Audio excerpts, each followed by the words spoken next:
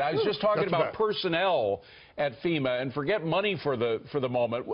Are there enough people there to deal with both deal with both storms at the same time? There is. FEMA's always had a surge program in place.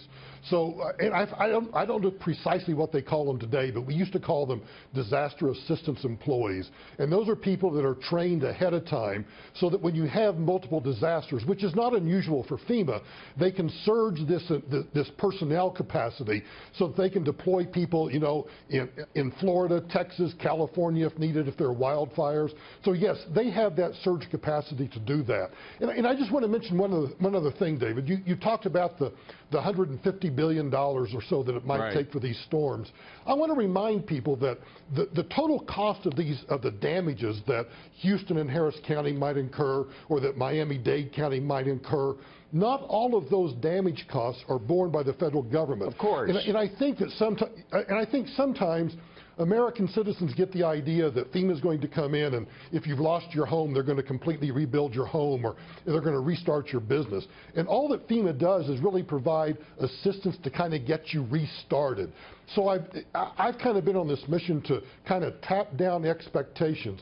FEMA's going to help you shelter. They're going to help you get restarted. They'll rebuild schools, bridges, highways, hospitals, that sort of thing. But they're not going to make your life It's a very important point. And I just want to make sure people, I just want to make sure people understand. Well, the other thing is that both of these storms are focused over specific cities, really big cities. We have Houston and Miami. Does that make it easier or more difficult because each city has a tremendous infrastructure for dealing with disasters?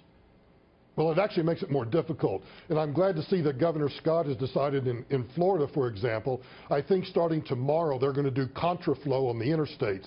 That means that they'll turn the southbound lanes of I-95 into northbound lanes, which will allow even more people to get out. But when you have these concentrated urban centers, just if people remember 9/11, concentrated in lower Manhattan, that is an extremely difficult area to conduct rescue operations.